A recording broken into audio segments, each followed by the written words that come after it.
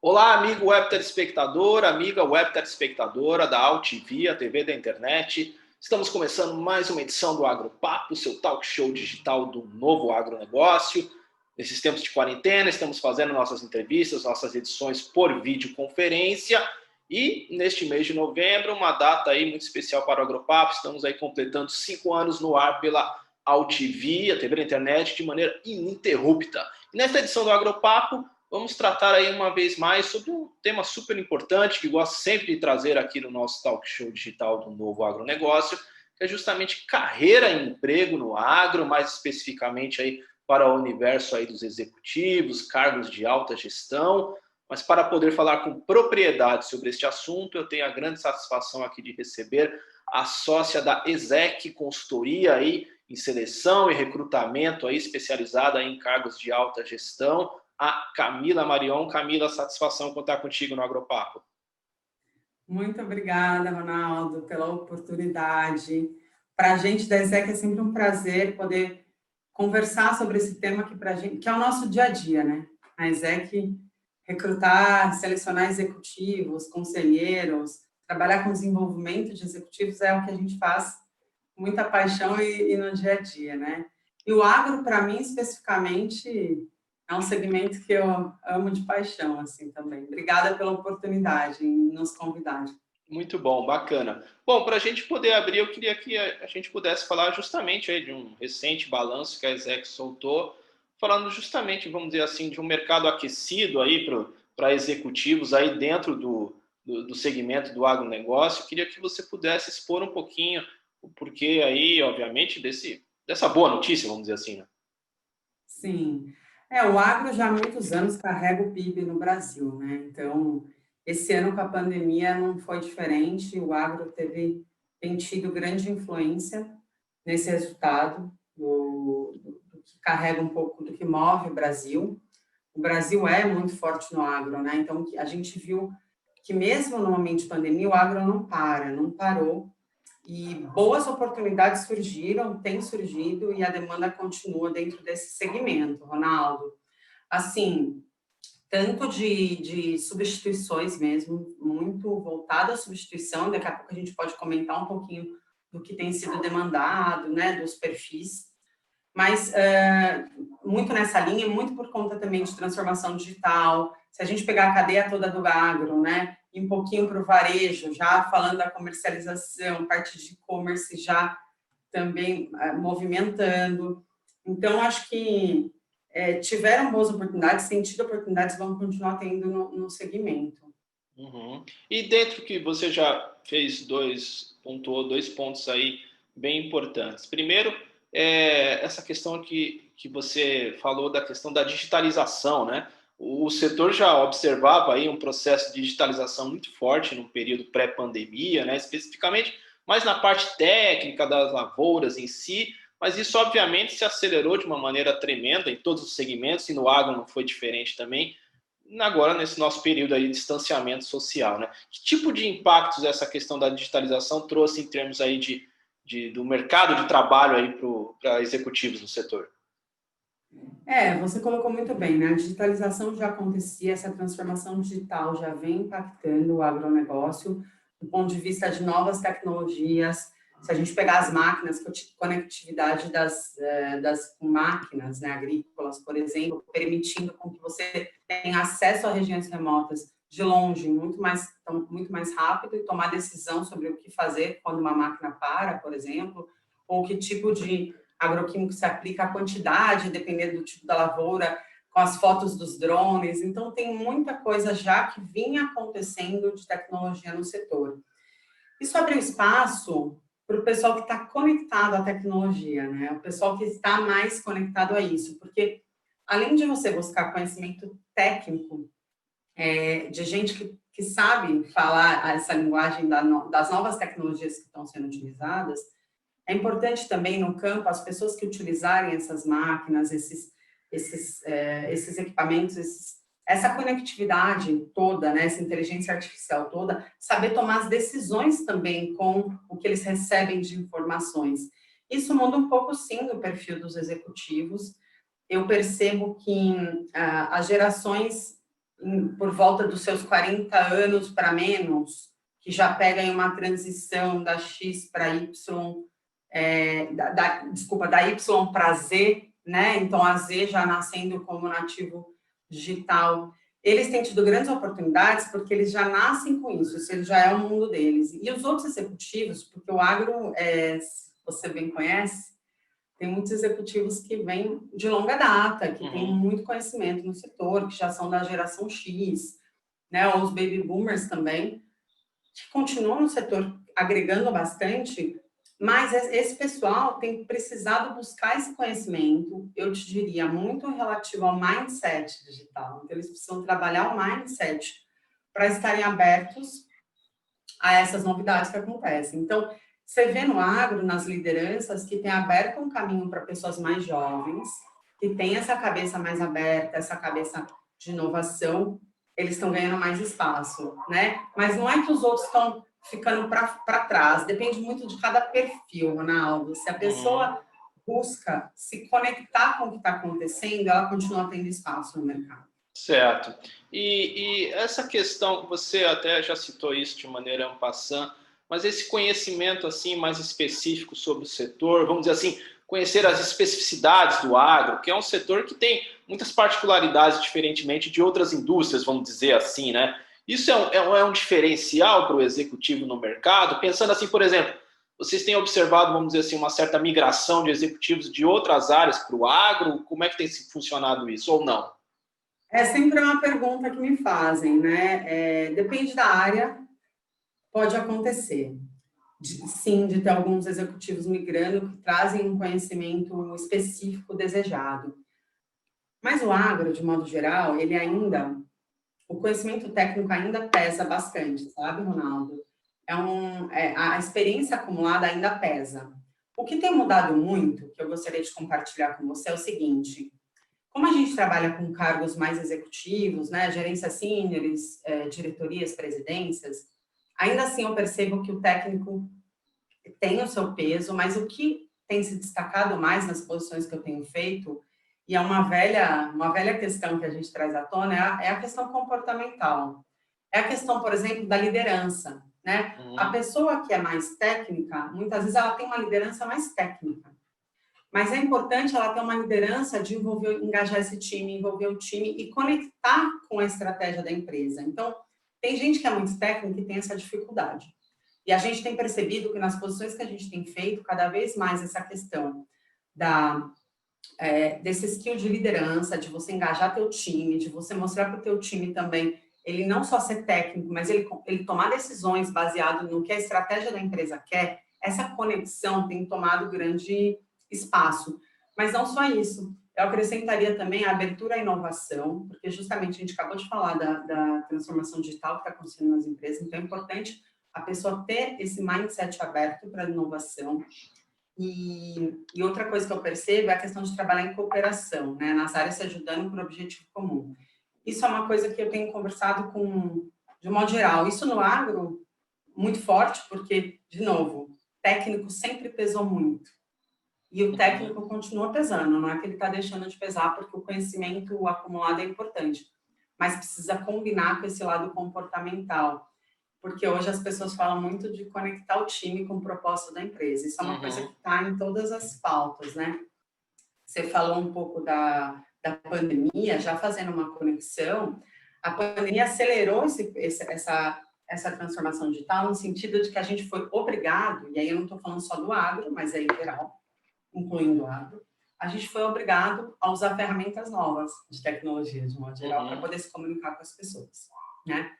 O meu grande ponto, algumas pessoas foram mais resistentes e outras menos, mas todas tiveram que se adaptar, né?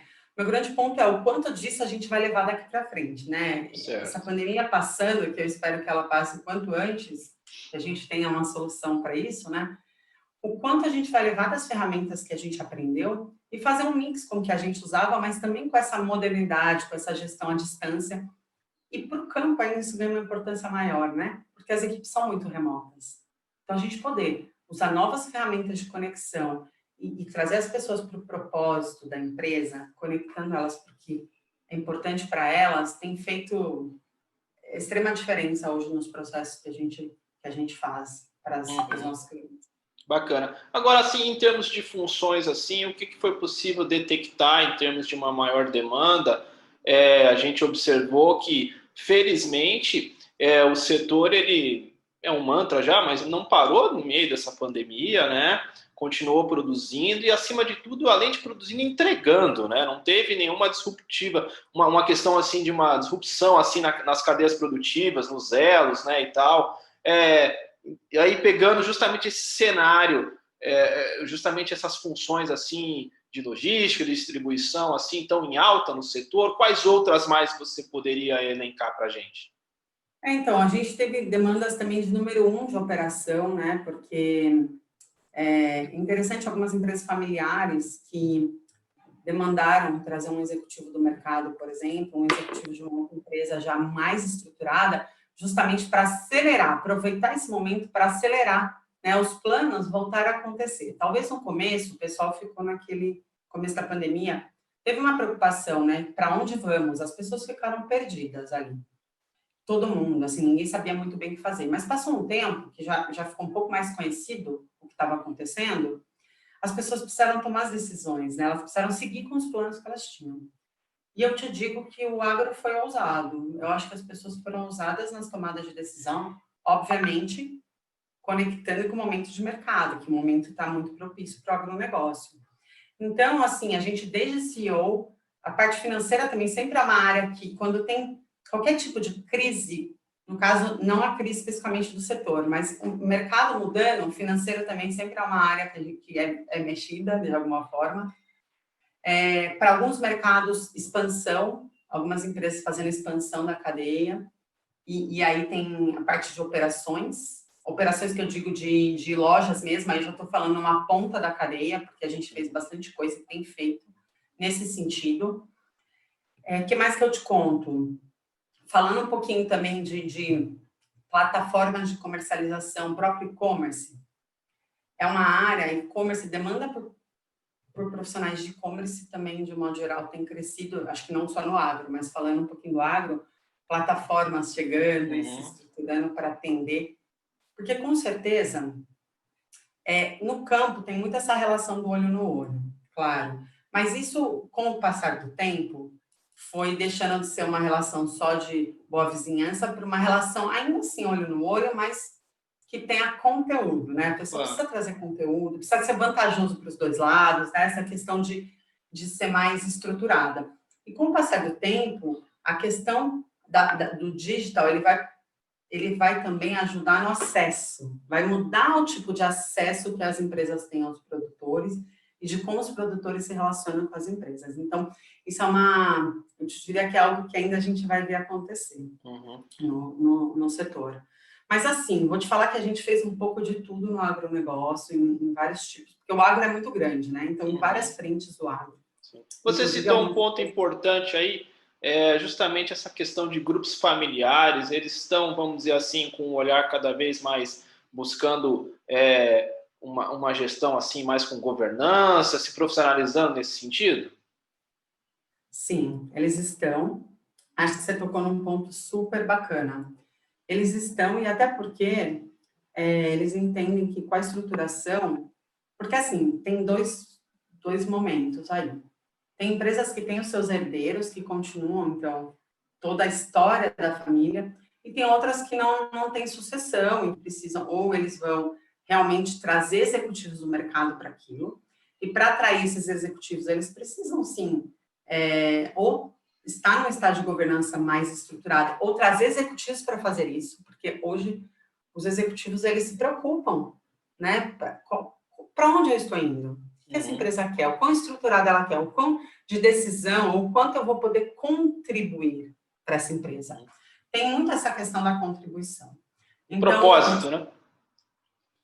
É exatamente isso. Só fazendo um link, agora porque você puxou, já vou fazer um link aqui. A gente contrata conselheiros para empresas. E a gente contrata muitos conselheiros consultivos também para empresas familiares.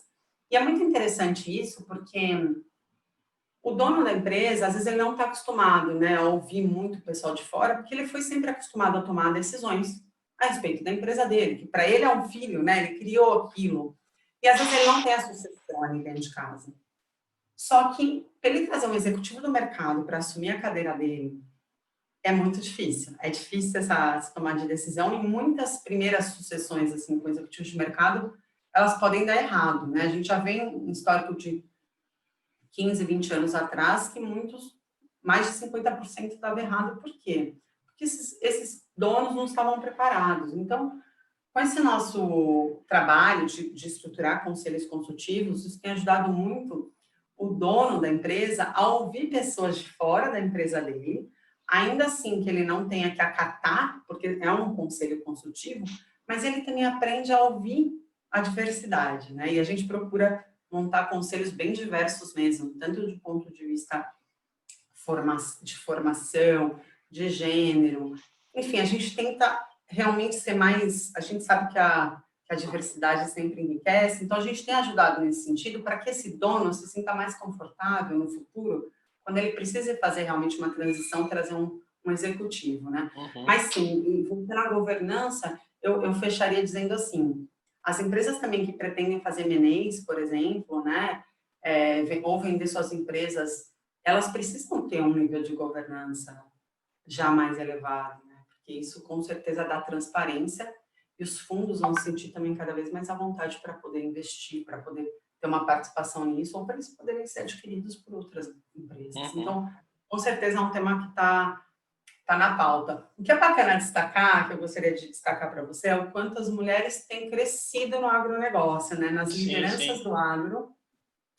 É muito legal, porque eu estava conversando com o presidente de uma usina, né, de açúcar e álcool ontem, e na gerência agrícola ele tem uma mulher, e é muito raro isso no mercado, né? Dentro de usina ainda, é muito raro ter uma mulher sendo número 1 da área agrícola.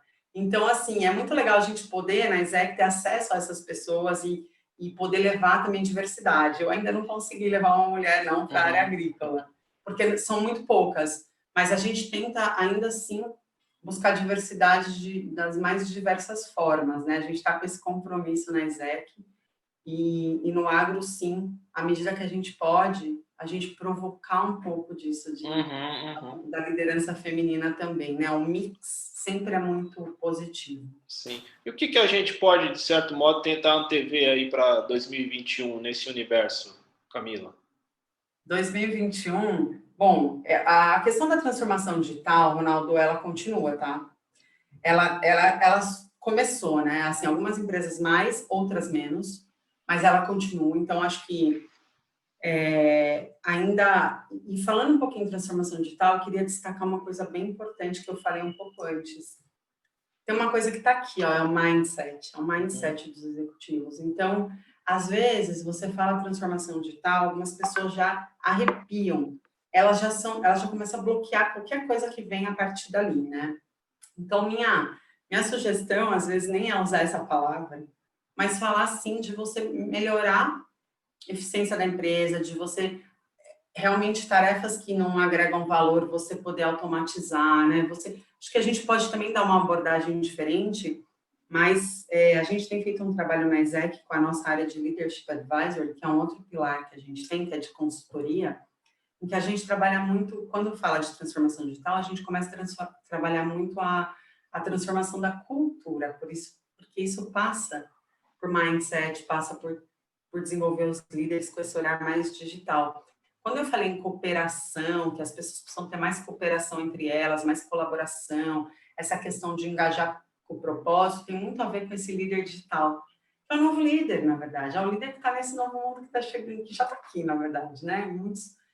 E chegando mais aí para algumas empresas. Então, eu acho que fica tudo que é ligado à transformação digital para o ano que vem continua.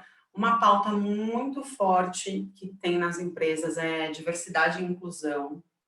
Eu não estou falando agora de cargos específicos, tá? Estou te dando um panorama geral das tendências que eu estou vendo no mercado de diversidade e inclusão. Algumas empresas do agro estão muito estruturadas para isso.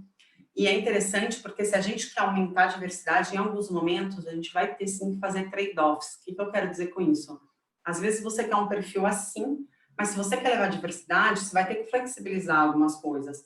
Às vezes você vai flexibilizar uma língua, o inglês, por exemplo, que é muito comum, porque a pessoa não teve a formação, mas ela traz uma diversidade que pode te complementar, e o inglês ela pode desenvolver. Estou te dando um exemplo, mas existem milhares de outros, né? Então, já tem muita gente que vai para a entrevista, por exemplo, sem o nome da pessoa, né? Você não sabe se é homem ou mulher, então não tem o viés inconsciente, né? Você não sabe se é negro, se é branco, se é índio, você não sabe. Isso ajuda muito a começar a gente provocar e trabalhar essa questão da diversidade, e a inclusão tem que vir junto, senão também não vai em frente.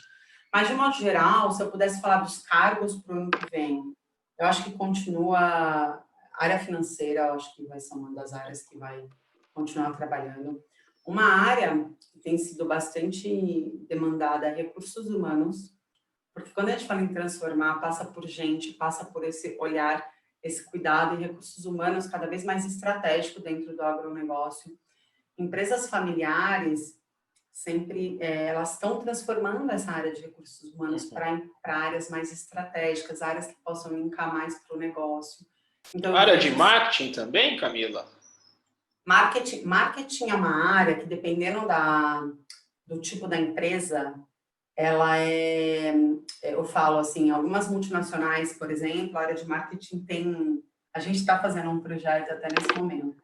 É uma área, porque ela é uma área super estratégica na hora que você fala do acesso para o mercado, qual portfólio que você vai, para onde que você vai, com que preço, como é que você vai comunicar isso, como é que você vai acessar.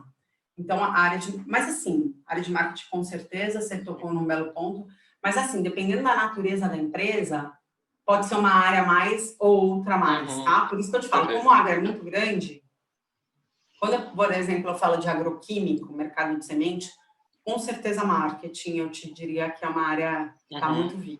Claro. Se eu pegar, por exemplo, uma agroindustrial, com certeza a área comercial está muito forte, né? A área de logística, como é que eu distribuo isso? Por onde eu vou? Então, você falou de logística no começo, dependendo do segmento que a gente está falando, logística é crucial para você definir um preço, importar ou você comprar aqui. Por exemplo, o mercado de fertilizantes, né? Um mercado que sofre muito com a logística no Brasil.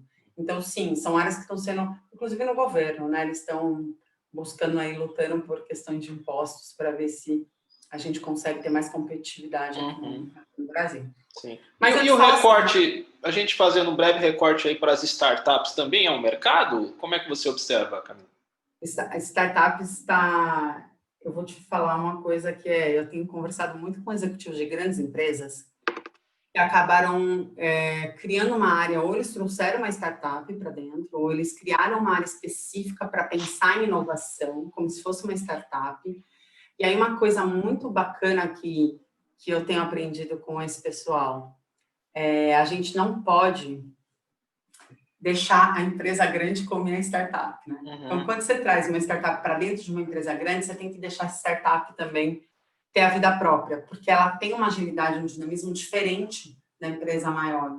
Mas, sim, você usar os aprendizados para você aplicar nos pilotos na empresa maior, né? Agora, falando de uma standalone, né, numa startup que não foi incorporada ainda numa empresa, com certeza essas startups estão ganhando super espaço, lançando novos produtos, principalmente do ponto de vista de tecnologia. Então, são empresas que estão se conectando e estão trazendo conectividade, né, para as empresas, eu te diria.